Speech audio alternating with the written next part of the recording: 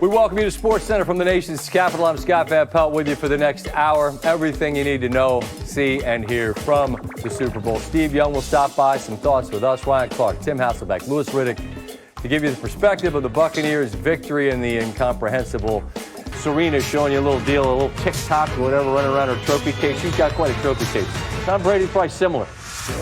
Got to find more room on the shelf, Giselle. Brady's now got more Super Bowl titles than any other franchise in NFL history, surpassing the Patriots and the Steelers. But here's another angle as well. There are 18 franchises that have one or fewer. Those teams, more than half of the league, have combined for 6 Super Bowls. Brady has 7. He will begin the thoughts after Super Bowl 55. I think they're all special, and they're all it's been an amazing year. Amazing year. We got to a good start, 7-2, and then had a little rough stretch where we kind of found our identity and played a lot better football down last December, January. And just really proud of all the guys, proud of all the coaches, the effort we put in. We knew we were playing a great football team tonight, and we got the job done. So you want to get this far, you got to get the job done, and we did it. Think about this. We had one Pro Bowler, but we was able to win a Super Bowl. How do that sound?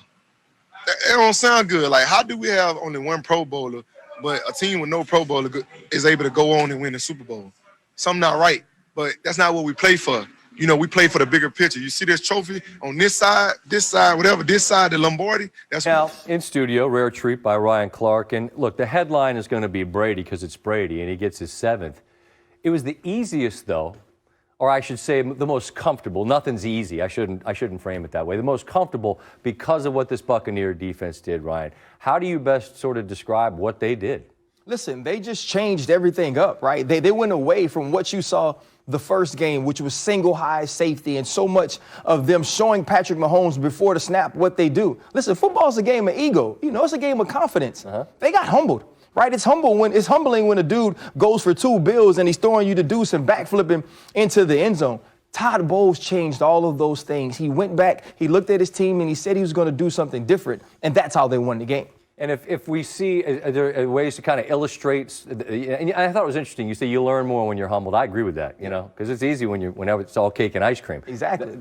Is there? You're as good as anybody at showing us sort of how it affects itself on the field. Yeah, absolutely. Listen, this is an episode of Todd Bowles versus Patrick Mahomes. Okay. Here's what he did. So he said, hey, look at us. It's Shaq Barrett, it's JPP, and Ndamukong Suh. We're coming. Lie as you tell. We're going to come from the outside here. We're going to smash JPP down and bring Jamel Dean from the outside. What this does, this guy has to chip. You have to crash down. We get pressure on Patrick Mahomes now. But the smart thing is this. You say, how can we cover if a corner goes and the nickel goes? We're going to drop out Devin White. We're going to drop out Levante David. We're going to bring down Edwards, and we're going to play the outside third with Whitehead. So here's the look. We're going to come off the ball here. Now we have a free rusher outside because I told you we were going to affect the tackle. So look at what Patrick Mahomes is looking at. I have a rusher in my face here. This guy can't get a first down. This guy can't get a first down. This guy can't get a first down. Why? The first game, you saw me play man-to-man the entire game. Now we're going to rush you to pressure you,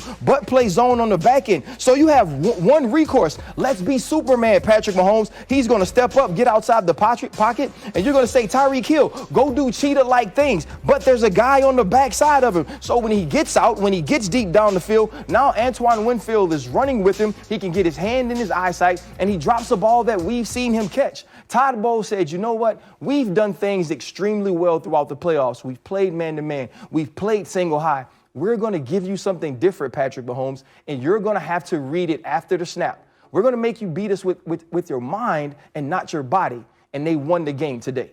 No question. And as I mentioned in Brady's case, is so often his teams have won Super Bowls where it's come down to the end.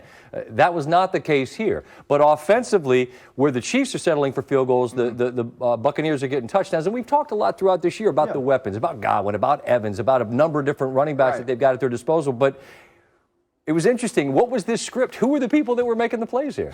The Bradys. Yeah. That's who it was. Listen, I call him the greatest organization of all time. He was a player, he was a coach, and he was the GM of the Tampa Bay Buccaneers. Before the season, what do we say? Watch Godwin, watch Brate, right? Watch Mike Evans. You didn't even hear those guys tonight. It was Rob Gronkowski. It was Antonio Brown. It was Leonard Fournette. 3 dudes who aren't Tampa Bay Buccaneers if Tom Brady is not the quarterback of this team. And also, you see how they played, right? The play action game, winning the game, making the right play, making the smart play. That's not who this team was before they got Tom Brady. His imprint is all over this championship. And yes, they are talented. Yes, they are well coached. But Tom Brady is the greatest of all time for a reason. And I think we saw that tonight. Man, it's been so much fun, as always, getting a chance to visit with you throughout the season. I know you're staying across the street. Put it on Stanford Steve's expense account. Oh, that's what's up. He has a lengthy little room service? Yeah, whatever you want. Stanford Steve's got you covered. It's the least we can do. As always, we appreciate you, man. I appreciate you guys, man. Yes, indeed. To Ryan's point, yep, these are guys that certainly weren't organizational lifetimers with the Buccaneers. The 31 points tonight come via touchdown passes from Brady to Rob Gronkowski and Antonio Brown, a rush by Leonard Fournette, and a field goal by Ryan Succop. In 2019, none of those 5 players were Tampa Bay Buccaneers, and they all played for different teams. Gronk, of course, was enjoying life out